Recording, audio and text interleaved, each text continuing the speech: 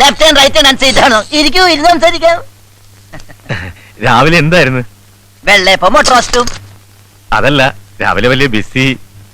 അതാ, അത് രണ്ട് ബാക്കി സഞ്ചാരന്മാരെ കസ്റ്റഡിയിൽ എടുക്കാൻ വേണ്ടി പോയതാ. സർക്കാർ നേരിട്ട് വന്ന കേസായതുകൊണ്ട് ഉപേക്ഷിക്കാൻ പറ്റില്ലല്ലോ. ഞാനില്ല ഇല്ല എന്ന് പറഞ്ഞതാ, എന്നിട്ട് എന്നെ തലയെ കെട്ടിവെച്ച്. 6 കോടി രൂപയുടെ ആയുധടപാടിന്റെ കേസാണ്. ഇതിന്റെ പിറകിൽ മറ്റവരെ പ്ലേ ഉണ്ട്. അമേരിക്ക.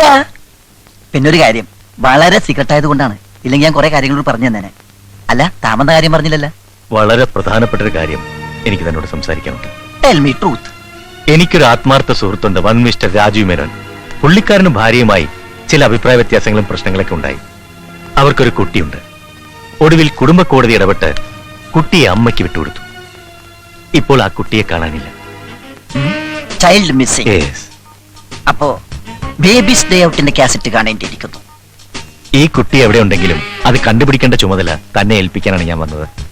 ഈ കേസ് എന്നെ സംബന്ധിച്ചിടത്തോളം ഒരു തുമ്പി കല്ലെടുക്കുന്നത് പോലെ നിസ്സാരമാണ്.